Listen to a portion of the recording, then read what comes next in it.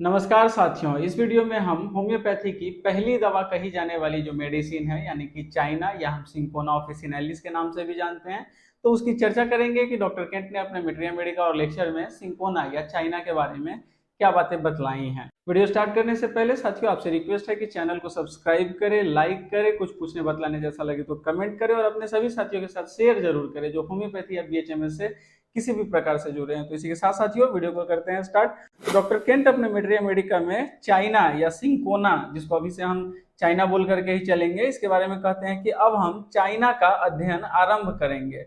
Malaria के प्रभाव के कारण जिन मनुष्यों ने बहुत स्नायुशूल भोगा है, बार बार रक्तस्राव होने के कारण जो रक्त रहित या रोगियल हो गए हैं, उनमें चाइना के लक्षण प्रकट हो सकते हैं। चाइना से क्रमशः बढ़ती हुई रक्त स्वल्पता उत्पन्न होती है, जिसके साथ बहुत पीलापन और कमजोरी रहती है। इसका कभी कभी रक्तपूर्ण व्यक्तियों के लिए भी प्रयोग होता है, पर यह एक अपवाद यानी कि एक्सेप्शन है।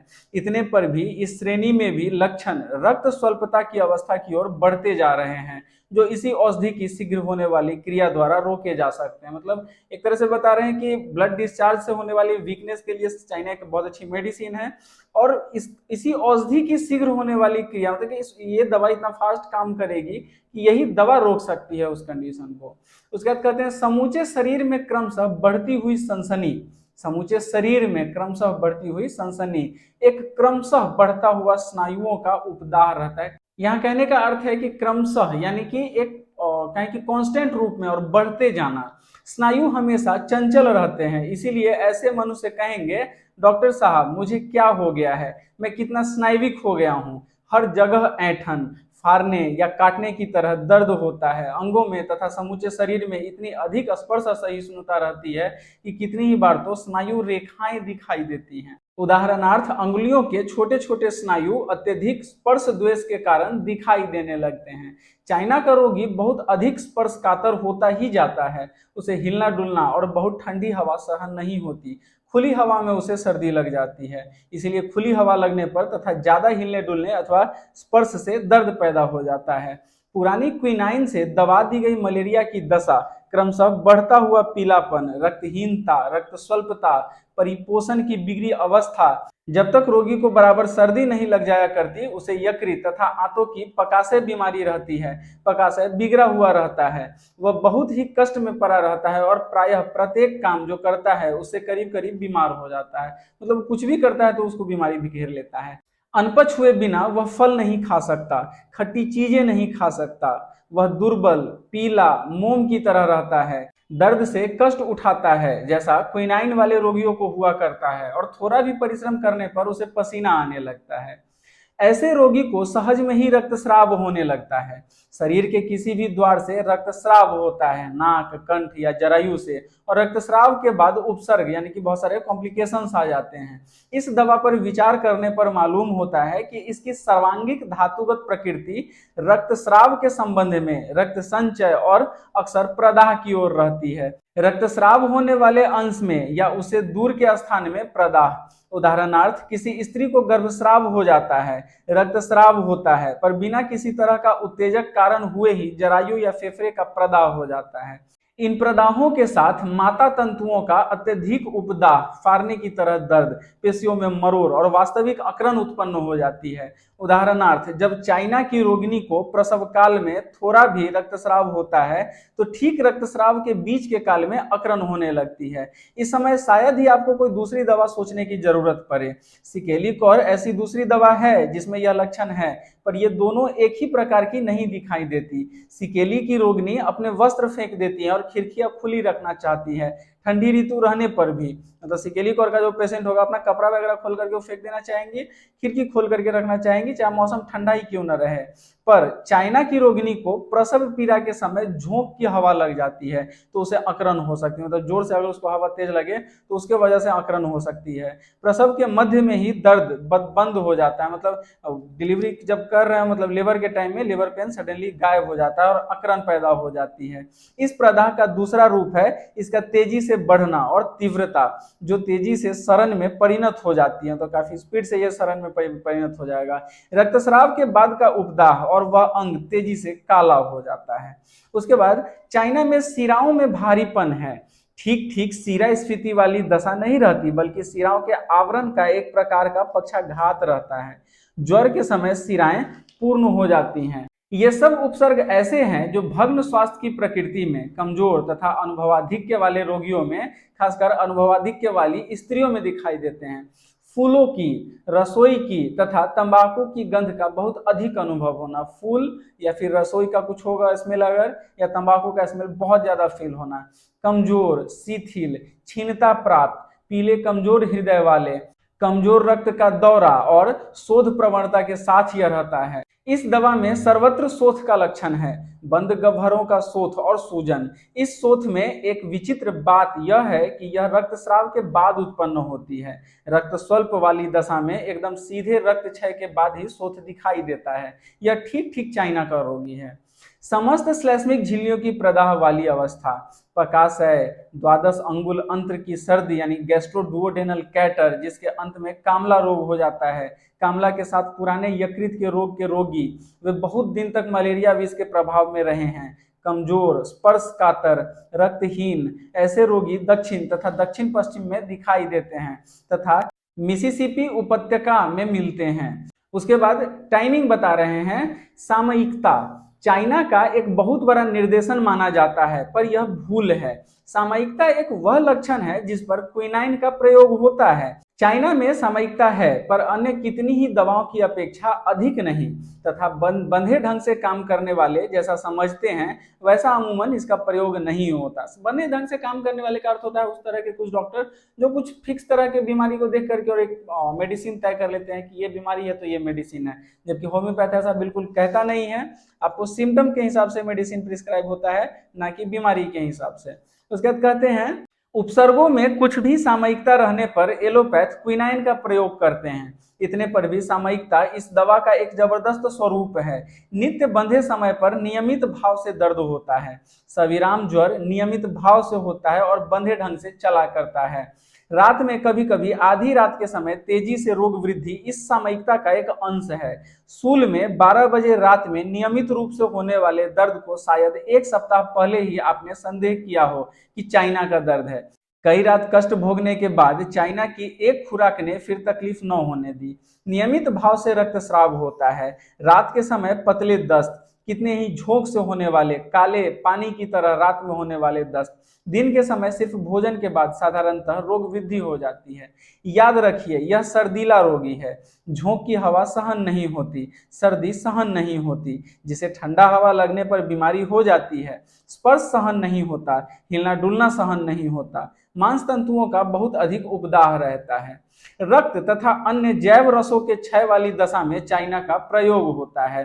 जैसे में जिन्होंने बहुत अधिक काम चरित्रार्थ कर गुप्त पापों में उनका क्षय किया है, वे कमजोर, निद्रा रहित और चिड़चिड़े हो गए हैं। उनमें कमजोरी और सारे शरीर का चर्म ठंडा रहता है।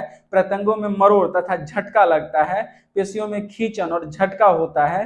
पुरानी हिल उठने की बीमारी, मिर्गी के आकार की अकरन, पक्षाघाती दुर्बलता, माथे में रक्त चढ़ जाता है, कानों में घंटी की आवाज होने लगती है, आंखों के सामने अंधेरा छा जाता है। मतलब ये सारी सिम्टम्स जो हैं किस वजह से कि आप गलत तरह के सेक्सुअल डिजायर के वजह से और मास्टरबेशन वगैरह करके उस तरीके से अपना बहुत ज्यादा जो है स्पर्म का नुकसान किया है और उसके वजह से जो उसके साइड इफेक्ट्स हैं वो आए हैं और इस तरह के कंडीशंस हैं, तो आपको चाइना जो है काफी फायदा पहुंचा सकता है। उसके बाद कहते हैं जरा सी भी उत्तेजना होने पर मूर्छा आ जाती है, तो थोड़ा सा भी एक्साइटमेंट उसको बेहोशी की तरह ले जा सकता है।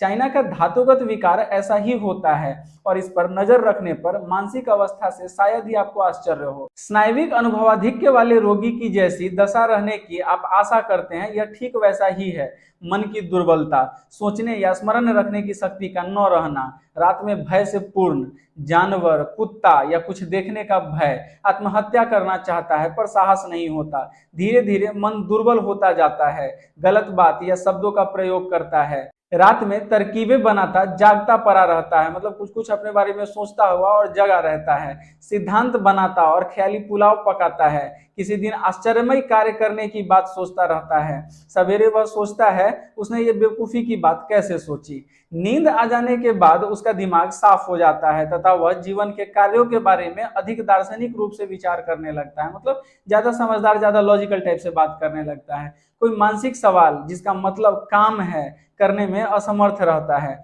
वह काम से भय खाता है। वह संज्ञा शून्य, उदासीन, हतोत्साह और चुप रहता है तथा सोचने की इच्छा नहीं होती। वह मन पर अधिकार नहीं रख सकता, उसे नहीं करने देता है। वह जो करना चाहता है, मतलब उसका मन जो है उसका कंट्रोल नहीं रहता है मन पर। आप देखें कि यह अब तक वास्तविक उन्माद नहीं है।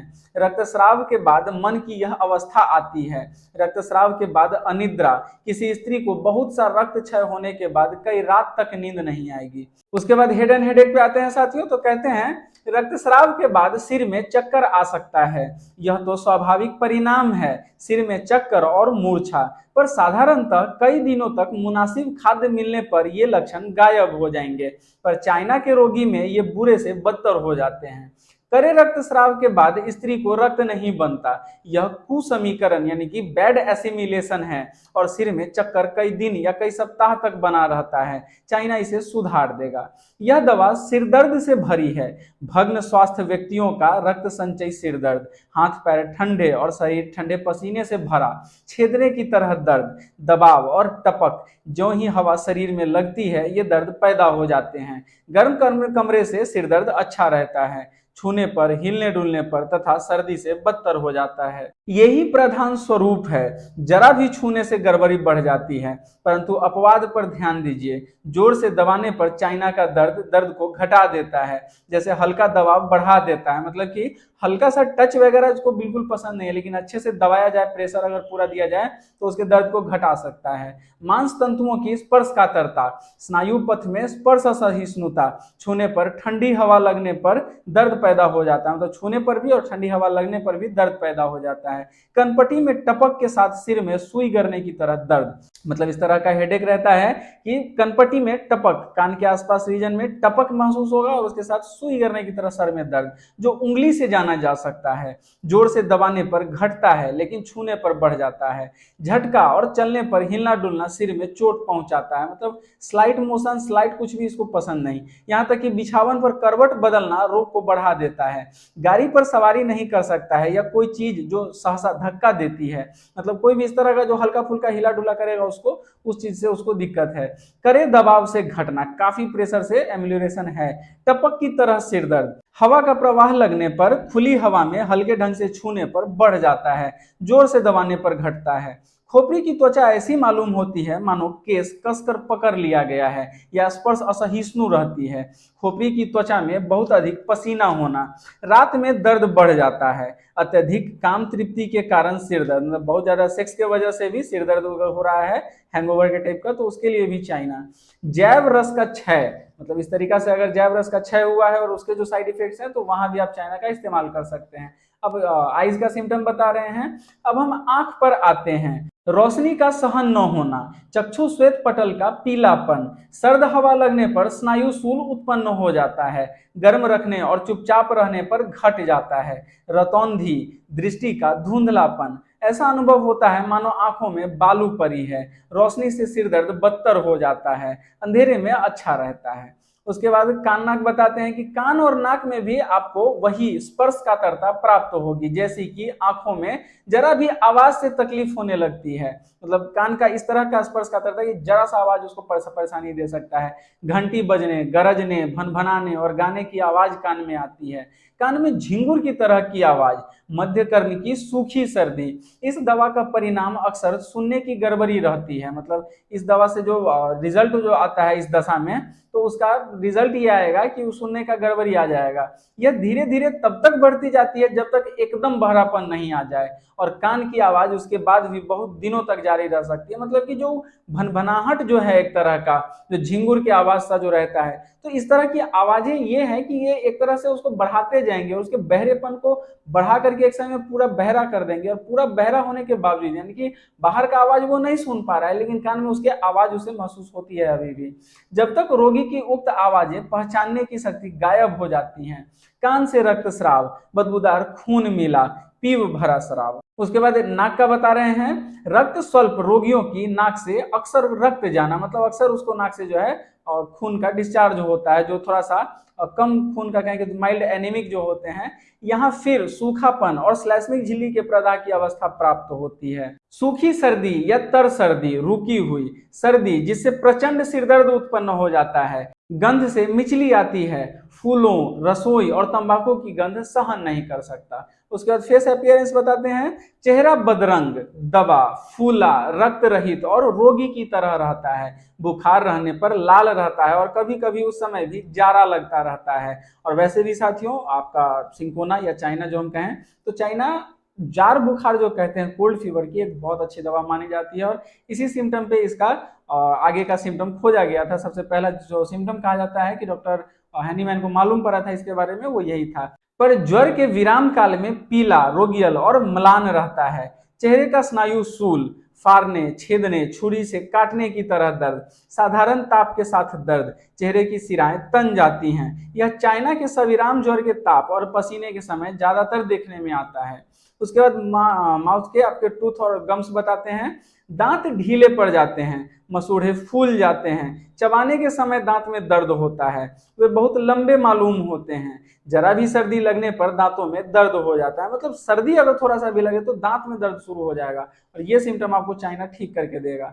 छेदने की तरह दर्द, मानो दांत खींचे जा रहे हैं। प्रत्येक बार जब बच्चा स्तनपान करने लगता है तो दांत और मसूड़े के आसपास काला और बदबू भरा रोगात्मक रसराव होता है।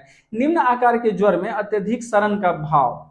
उसके बाद स्वाद, मतलब माउथ का टेस्ट वगैरह बताते हैं, तो स्वाद बहुत ही तीव्र रहता है, इतना अविवर्धित कि किसी भी चीज में स्वाभाविक स्वाद नहीं आता। मुंह का स्वाद तीता, काजू या तो तीता या बहुत नमकीन अनुभव होता है। जो हम काजू नॉर्मली हमें मीठा सा लगता है हल्का सा, वो चाइना के पेशेंट को तीता या फिर नमकीन सा अनुभव होगा। ऐसी जलन मानो जीभ की नोक पर मिर्ची रखी हुई है, जीभ की नोक पर। कंठ तथा मुंह में सूखापन, निगलने में कष्ट, स्वैलो में प्रॉब्लम, कभी कभी तो राक्षसी भूख रहती है, कनाइन हंगर। पर साधारण रूप यह है कि सभी पदार्थों से घृणा रहती है। मतलब जनरली अगर हम जनरल सिम्टम देखेंगे तो हर चीज से उसको थोड़ा सा घिन जैसा रहेगा। सभी खाद्यों से अनिच्छा, चाइना का रोगी खाने के संबंध में हमेशा तैयार रहता है, खाने को बैठ जाता है, खाद्य सभी स्वादिष्ट मालूम होते हैं और वह पेट भरकर खा लेता है, पर कोई विशेष ध्यान देने की बात नहीं है कि वह खाता है या नहीं। घृणा और भयंकर भूख, भूख पर क्षुधा का न रहना, खान पान से उदासीन, केवल खाने के समय कुछ खाद्य का स्वाभाविक स्वाद आ जाता है, भूख न लगना, सब तरह के खाद्य से अनिच्छा, रोटी खाने की इच्छा न होना। उसकी भूख विभिन्न प्रकार की होती है, प्यास भी विचित्र होती है। रोगी कहेगा, मैं जानता हूं अब मुझे शीत लगना ही चाहता है क्योंकि मुझे प्यास लगी है। अब ये एक स्पेसिफिक सिम्टम है कि उसको अगर प्यास महसूस होता है तो उसको पता है कि अब प्यास लगने का मतलब है कि अब उसको ठंडा लगेगा, उसको सर्दी लग सकता है, उसको बुखार हो सकता है, ये सारी चीजें आ सकती है।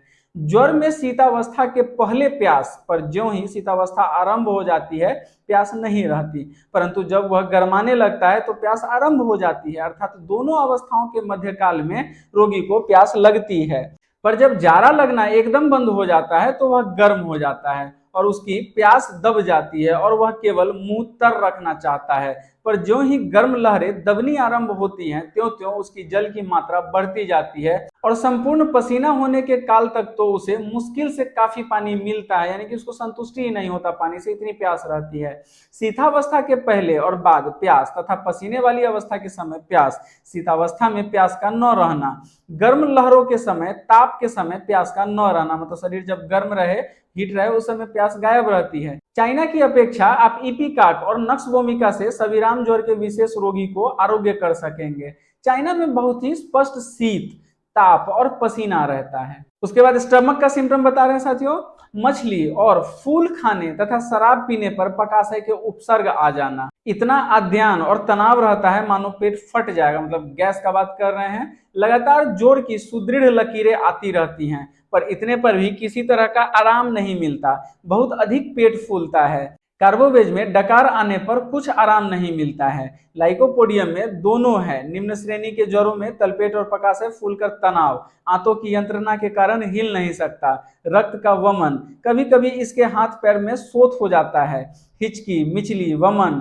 डकारें, डकार में खाद्य का स्वाद या वे तीती या खट्टी होती हैं। बारंबार वमन, खट्टा श्लेष्मा, पित्त या रक्त का वमन, यह विशेषकर रात में होता है। पकाशय में चमक और गरगराहट, पकाशय में ठंडक का भाव, फल खाने के बाद उत्सेचन होना, अम्लत्व, दूध पीने के बाद पकाशय में गड़बड़ी। उसके बाद डायरिया बता रहे हैं, बहुत ज्यादा अतिसार, आंतों से पानी की तरह काला स्राव, तलपेट में गरगराहट और गो गो करना, खाने के बाद तुरंत और रात में दस्त लग आना, आंतों से बहुत सा वायु अधोवायु में निकलना, धीरे धीरे पीले दस्त आने लगते हैं, दस्त अधिकाधिक पानी की तरह रहता है, क्षीणता और रात में रोग वृद्धि के साथ अतिसार, संग्रहणी, पेट्रोलियम में भी संग्रहणी का लक्षण है, पर इसके दस्त दिन के समय आते हैं। उसके बाद जेनाइटल्स बता रहे हैं, पुरुष जनेंद्रियों का प्रधान निर्देशक स्वरूप है कमजोरी। स्त्री जनेंद्रियों की विभिन्न दशाएं रहती हैं। जरायु से रक्तस्राव होने वाली स्त्री के संबंध में आप किसी भी समय एकाएक डिंबाशय का तीव्र प्रदाह देख सकते हैं। जरायु से रक्तस्राव, जरायु की स्थानच्युति, ऋतुस्राव समय के बहुत पहले और बहुत ज्यादा होता है, मतलब एक तो पहले हो जाता है और बहुत ज्यादा प्रोफ्यूज रहता है। काला थक्का थक्का रक्त, ऋतुशूल, जरायु से रक्तस्राव, रक्तस्राव के साथ साथ जरायु में मरोड़, प्रसव की तरह दर्द, कानों में गरज की आवाज, दृष्टि का क्षय, पलंग पर नीचे की ओर सरक जाना।